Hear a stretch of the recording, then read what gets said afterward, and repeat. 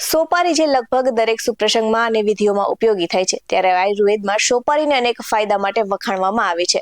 પણ આજકાલ fashion trend સામે સોપારીને કેન્સર જેવા રોગ સામે વિલન બનાવી નાખી છે. ત્યારે આયુર્વેદમાં શું થયા છે સોપારીના વખાણ, જોઈએ આજના હેલ્થ સેગમેન્ટમાં.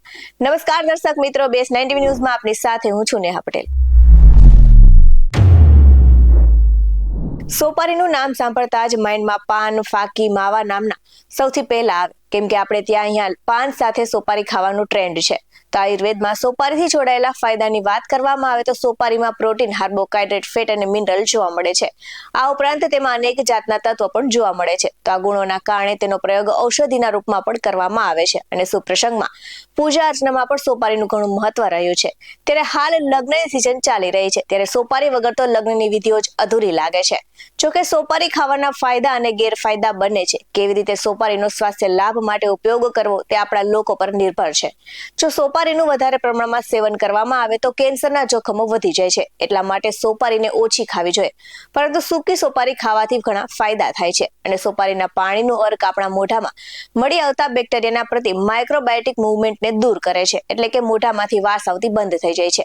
આ ઉપરાંત સોપારીમાં ભરપૂર માત્રામાં જીવાણુ વિરોધી ગુણધર્મો જોવા મળે છે. તો સોપારીનો ઉપયોગ ટૂથપેસ્ટ બનાવવામાં પણ કરવામાં આવે છે અને સોપારીના સેવનથી આપણા દાંતની કેવિટીની સમસ્યા દૂર થઈ જાય છે. તો સોપારીને ચાવીને ખાવાથી માંસપેશીઓને શક્તિ મળે છે, કેમ કે તેને લઈને તેના કસરત થાય છે. તો જે લોકો સોપારી ચાવે છે તે લોકોનું મોઢું હંમેશા સુકાયેલું રહે છે. અને જો તમે પણ કોઈ બ્લડ પ્રેશર જેવી સમસ્યાથી પીડાતા હોય તો તમારા માટે સોપારીનું સેવન રામબાણ ઔષધિ રૂપે કામ કરે છે. તો એમાં ભરપૂર માત્રામાં ટેનિન નામનું તત્વ રહેલું છે, જે હાઈ બ્લડ પ્રેશરને કંટ્રોલ કરવામાં મદદ કરે છે. તો સોપારીનું સેવન કરવાથી પેટની સમસ્યાઓ દૂર થાય છે અને જો તમને કબજિયાત જેવી સમસ્યા હોય તો તમારે સોપારીનું સેવન કરવું જોઈએ.